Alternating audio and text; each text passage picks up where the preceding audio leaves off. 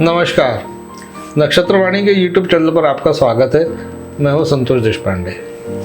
आज हम चर्चा करने जा रहे हैं गुरु ग्रह की। गुरु या जिनको बृहस्पति भी कहा जाता है, इनका जीवन में एक विशेष प्रभाव होता है, विशेष महत्व होता है। जिन लोगों का धनु लग्न होता है या मीन लग्न होता है, उन लोगों के जीवन पर गुरु का विशेष प्रभाव पाया जाता है और गुरु से संबंधित फल भी उनके जीवन में अधिक प्रभावशाली दिखाई देते हैं। मैं चूँकि कृष्णमूर्ति पद्धति का विद्यार्थी हूँ, तो मैं उसी प्रकार से मेरा जो इंटरप्रिटेशन होता है ग्रहों की और घरों की जो व्याख्या होती है, मैं कृष्णमूर्ति पद्धति के हिसाब से ही करता हूँ। अब आज हम चर्चा करेंगे कि अगर गुरु किसी व्यक्ति के 10वें घर का उपनक्षत्र स्वामी हो। देखिए, 10वें घर का स्वामी होना और 10वें घर का उपनक्षत्र स्वामी होना, इसमें काफ़ी अंतर है। उपनक्षत्र स्वामी की जो थ्योरी है, इसके पहले की वीडियो में मैं आपको बता चुका हूँ। फिर आगे किसी वीडियो में अगर समय मिला तो उपनक्षत्र स्वामी की जो थ्योरी है उसके ऊपर हम एक बार फिर चर्चा करेंगे। पर मैं 10वें घर के स्वामी की बात नहीं कर रहा, मैं 10वें घर के उपनक्षत्र स्वामी की बात कर रहा हूँ। अगर 10वें घर का उपनक्षत्र स्वामी गुरु हो और कुंडली में गुरु का जो स्वामित्व है, लॉर्डशिप है हाउसेस की, वो दूसरे घर की और 11वें घर की नहीं हो, अगर हो तब तो गुरु के अच्छे परिणाम देखने में आते हैं व्यक्ति को जीवन में।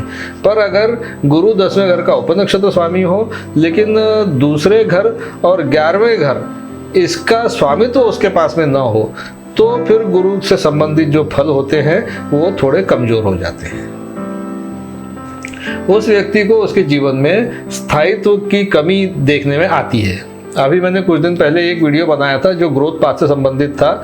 उसमें ये बात भी सम्मिलित कर लीजिए कि ग्रोथ पाथ में अगर ये अड़चनें आती हैं तो हो सकता है कि उसका कारण गुरु भी हो, और जिसका स्वामित्व तो दूसरे घर का, 11वें घर का या 5वें घर का ना हो।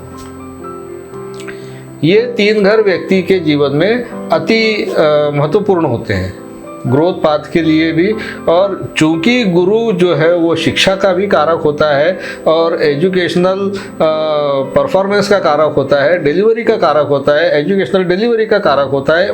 अधिकांश जितने आपको लेक्चरर, प्रोफेसर या बोल करके और धन कमाने वाले या बौद्धिक क्षेत्र से धन कमाने वाले मिलेंगे, उनके जीवन में आपको गुरु का प्रभाव आमतौर पर दिखाई देगा। उनकी कुंडली अगर बनाई जाए, जो लोग शिक्षा के क्षेत्र से, शिक्षा लेने देने के क्षेत्र से जुड़े हुए, कोई कोचिंग का काम करता है, कोई प्रोफेसर का काम करता है, उनके जीवन में गुरु का प्रभाव अत्यधिक महत्वपूर्ण होकर के उभरता है। लेकिन अगर किसी के पास में ये सारी कॉम्पिटेंसी हो, उसके पास में ये सारी योग्यताएं धारण करता हो, लेकिन उसका एनकैशमेंट नहीं हो पाता है। विद्वान तो आदमी बहुत होता है, व्यक्ति की जो विद्वत्ता है उसका भी कारक गुरु होता है।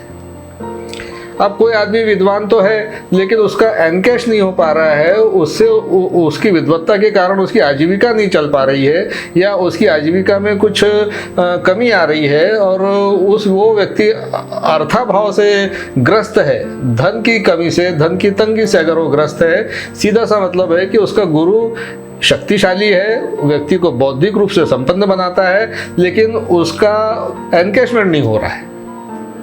व्यक्ति के जीवन में गुरु के होने का, गुरु के प्रभाव का उसको पूरा लाभ नहीं मिल पा रहा है।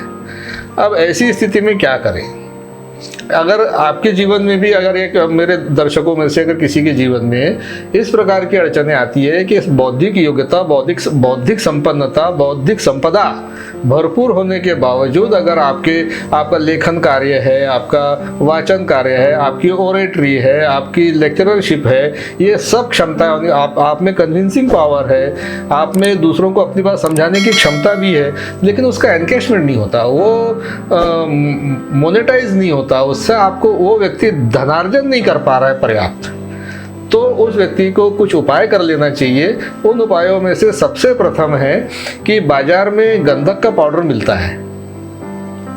गंधक कई प्रकार का होता है, खाने का भी होता है और कुछ केमिकल का भी उपयोग, वो उसके डिटेल में मैं नहीं जाना चाहता। जो गंधक आपको उपलब्ध हो जाए, उस गंधक की आपको एक चुटकी गंधक प्रतिदिन वॉश बेसिन जैसे स्थान पे या नहाने धोने के उसको बहाना है, वॉश बेसिन में डाल देना है और पानी से उसको धो देना है, तो बह जाएगा वो। और ये काम आपको निरंतर 43 डेज करना है। कम से ये 43 डेज जो मैं लोगों को बोलता हूँ, ये न्यूनतम अवधि है। इसको आप अपनी आवश्यकता अनुसार, और जब तक आपको परिणाम न मिले तब तक आप इसको, इस प्रक्रिया को आगे बढ़ा सकते हैं। ये वाला काम करने से उस व्यक्ति के जीवन में धीरे धीरे स्थायित्व आता जाएगा और उसकी जो बौद्धिक संपदा है, उसके पास में जो बौद्धिक क्षमता है, वो मोनेटाइज होने लग जाएगी, उसका एनकैशमेंट होने लग जाएगा, उस व्यक्ति को अधिक धन प्राप्त होने लग जाएगा, उस व्यक्ति का जीवन यापन अधिक सरल हो जाएगा। एक तो ये वाला काम करना है। दूसरा काम ये करना है कि अगर उस गुरु का जो स्वामित्व है वो 11वें घर का नहीं हो, यानी कि 11वें घर में धनु या मीन राशि नहीं पड़ती हो, लेकिन गुरु 10वें घर का उपनक्षत्र स्वामी है, लेकिन 11वें घर का स्वामित्व नहीं है, लॉर्डशिप नहीं है, तो फिर उस व्यक्ति को उसके पूरे जीवन में जो कफन होता है, जो वो उसको साधारण भाषा में कफन कहते हैं, जो मृत शरीर के ऊपर एक सफ़ेद रंग का कपड़ा डाला जाता है उसके अंतिम संस्कार को के लिए लेके जाते समय में, सभी धर्मों में होता है वो, तो उस कफन के कपड़े का जीवन में एक बार कहीं दान कर देना चाहिए। वो दान आप किसी परिचित के अंतिम संस्कार में कर सकते हैं या अपरिचित के भी अंतिम संस्कार में कर सकते हैं। कभी भी आपको ये वाला जीवन में कम से कम एक बार ये वाला दान अवश्य करना चाहिए। ऐसे व्यक्ति को अपने शरीर के ऊपर कहीं ना कहीं तांबा अवश्य धारण करना चाहिए, या तो तांबे का कड़ा पहन ले या तांबे की का कोई छल्ला पहन ले।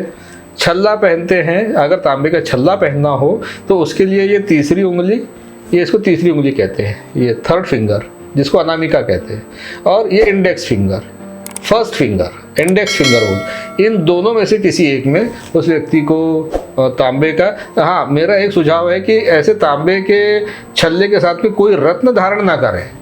रत्न धारण करेंगे तो तांबे का जो प्रभाव है या इस उपाय का जो प्रभाव है, गुरु का प्रभाव, अब आपने वो तांबे के छल्ले में किसी प्रकार का कोई मूंगा पहन लिया तो मंगल प्रभावी हो जाएगा, मंगल काम करेगा, गुरु काम नहीं करेगा। तो एक प्लेन तांबे का छल्ला ही आपको इन दोनों में से किसी एक उंगली में और राइट हैंड में, दाहिने हाथ में, जो व्यक्ति का वर्किंग हैंड होता है, उस वर्किंग हैंड के तीसरे या फर्स्ट फिंगर में आपको इसको धारण करना चाहिए।